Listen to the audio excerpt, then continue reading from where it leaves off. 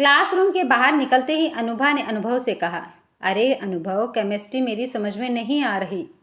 क्या तुम मेरे कमरे पर आकर मुझे समझा सकते हो? हाँ, लेकिन छुट्टी के दिन ही आ पाऊँगा। ठीक है, तुम मेरा मोबाइल नंबर ले लो और अपना मुझे दे दो। मैं इस रविवार को तुम्हारा इंतज़ार करूँगी। मेरा कमरा नीलम टॉकीज़ के पास ही है।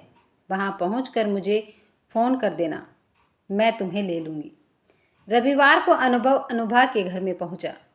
अनुभा ने बताया कि उसके साथ एक लड़की और भी रहती है। वह कंप्यूटर का कोर्स कर रही है। अभी वह अपने गांव गई हुई है। अनुभव ने अनुभा से कहा कि वह केमिस्ट्री की किताब निकाले और जो समझ में न आया हो वह पूछ ले। अनुभा ने किताब निकाल ली और बहुत देर तक दोनों सूत्र हल करते रहे। अचानक अनुभा उठी और बोली, मैं चाय बनाकर लाती हूँ। अनुभव मना करना चाह रहा था, लेकिन तब वह किचन में पहुँच गई थी। थोड़ी देर में वह एक बड़े से मग में चाय लेकर आ गई। अनुभव ने मग लेने के लिए हाथ बढ़ा लिया। तभी मग की चाय उसकी शर्ट पैंट पर गिर गई। सॉरी अनुभव, गलती मेरी थी। मैं दूसरी चाय बनाकर लाती हूँ। तुम्हारी शर्ट पैंट दोनों खराब हो गई हैं। ऐसा करो, कुछ देर के लिए तौलिया लपेट लो। मैं इन्हें धो कर लाती हूँ। पंखे की हवा में जल्दी ही सूख जाएगी, तब मैं प्रेस कर दूँगी। अनुभव ना करता रहा, लेकिन अनुभा उसकी ओर तौलिया उछाल कर भीतर चली गई। अनुभव ने शर्ट पैंट उतार कर तौलिया लपेट लिया। तब तक अनुभा दूसरे मग में चाय लेकर आ गई थी। वह शर्ट पैंट लेकर धोने के लिए चली गई। अनुभव ने चाय खत्म की ही थी कि अनुभा कपड़े फैलाकर वापस आ गई। उसने ढीला ढाला गाउन पहन रखा था। अनुभव ने सोचा शायद कपड़े धोने के लिए उसने ड्रेस बदल ली है।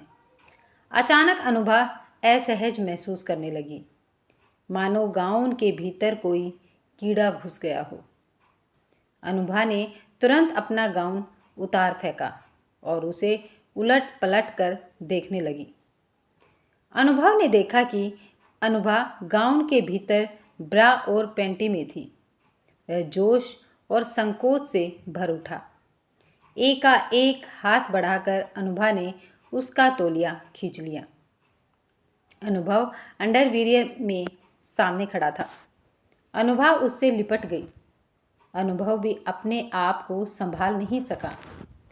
दोनों वासना के दलदल में रपट गए। अगले रविवार को अनुभा ने फ़ोन कर अनुभव को आने का न्योता दिया।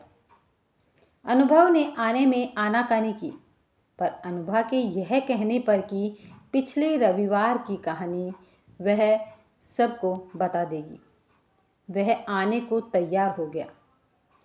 अनुभव के आते ही अनुभा उसे पकड़कर चूमने लगी और गाउन की चैन खींचकर तकरीबन बिना कपड़ों के बाहर आ गई। अनुभव भी जोश में था। पिछली बार की कहानी एक बार फिर दोहराई गई। जब जवार शांत हो गया, अनुभा उसे लेकर गोद में बैठ गई और उसके नाजुक अंगों से खेलने लगी।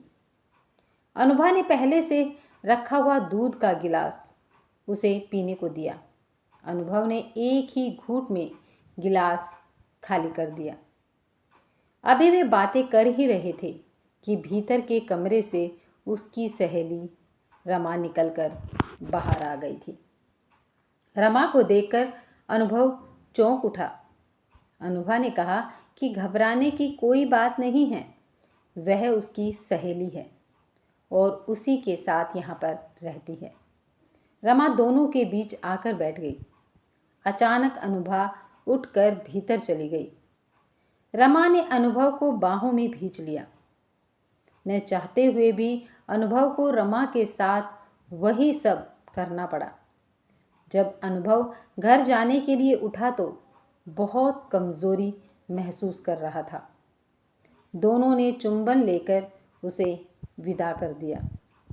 इसके बाद से अनुभव उनसे मिलने में कतराने लगा।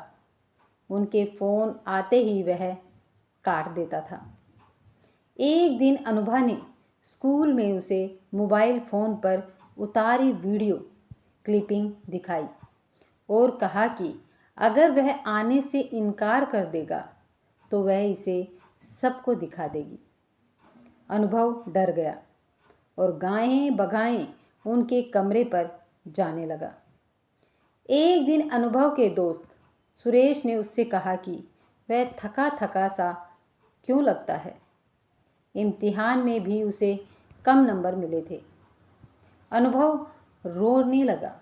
उसने सुरेश को वह सारी बात बता दी। सुरेश के पिता पुलिस इंस्पेक्टर थे। सुरेश ने अनुभव को अपने पिता से मिलवाया। सारी बात सुनने के बाद वे बोले, तुम्हारी उम्र कितनी है? 18 साल। और उनकी? इसी के लगभग। क्या तुम उनका मोबाइल फ़ोन उठाकर ला सकते हो? मुझे फिर वहाँ जाना होगा। हाँ, एक बार। अब की बार जब अनुभा का फ़ोन आया तो अनुभव काफ़ी नानुकर के बाद हूबहू उसी के जैसा मोबाइल लेकर उनके कमरे में पहुंच गया। 2 घंटे समय बिताने के बाद जब वह लौटा तो उसके पास अनुभा का मोबाइल था। मोबाइल क्लिपिंग देखकर इंस्पेक्टर चकित रह गए। यह उनकी ज़िंदगी में अजीब तरह का केस था। उन्होंने अनुभव से एक शिकायत लिखवा दी। दोनों लड़कियों को थाने बुला लिया गया। पूछताछ के दौरान लड़कियां बिफर गई और उल्टे पुलिस पर चरित्र हनन का इल्ज़ाम लगाने लग गई। उन्होंने कहा कि अनुभव सहपाठी के नाते आया ज़रूर था हमारे पास, पर उसके साथ ऐसी वैसी कोई गंदी हरकत नहीं की गई। अब इंस्पेक्टर ने मोबाइल क्लिपिंग दिखाई। दोनों के सिर शर्म से झुक गए। इंस्पेक्टर ने कहा कि वे उनके माता पिता और प्रिंसिपल को उनकी इस हरकत के बारे में बता देंगे। लड़कियां इंस्पेक्टर के पैर पकड़कर रोने लग गई। इंस्पेक्टर ने कहा कि इस जुर्म में उन्हें सज़ा भी हो सकती है, समाज में बदनामी भी होगी और स्कूल से निकाली जाएंगी सो अलग। उनके द्वारा बार बार माफ़ी मांगने के बाद इंस्पेक्टर ने अनुभव की शिकायत पर लिखवा लिया कि वे आगे से ऐसी कोई भी हरकत नहीं करेंगी। अनुभव ने वह स्कूल छोड़ दिया, दूसरे स्कूल में दाखिला ले लिया। साथ ही उसने अपने मोबाइल की सिम बदल दी। इस घटना को 7 साल गुजर गए। अनुभव पढ़ लिख कर कंप्यूटर इंजीनियर बन गया। इसी बीच उसके पिता नहीं रहे। माँ की जिद थी कि वह शादी कर ले। अनुभव ने माँ से कहा कि वे अपनी पसंद की जिस लड़की को चुनेंगी वह उसी से शादी कर लेगा। अनुभव को अपनी कंपनी से बहुत कम छुट्टी मिलती थी। एन फेरो के दिन वह घर आ गया। शादी खूब धूमधाम से हो गई।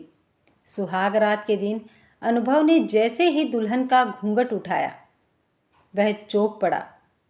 पलंग पर लाजवंती सी घुटनों में सिर दबाए अनुभा बैठी थी। तुम? अनुभव ने चौंकते हुए कहा, हाँ मैं। अपनी गलती का प्रायश्चित करने के लिए अब जिंदगी भर के लिए फिर तुम्हारी देहरी पर मैं आ गई हूँ। हो सके तो मुझे माफ़ कर देना। इतना कहकर अनुभा ने अनुभव को गले से लगा लिया। अगर आपको ये कहानी पसंद आई है तो वीडियो को लाइक, शेयर और चैनल को सब्सक्राइब करना मत भूलिएगा।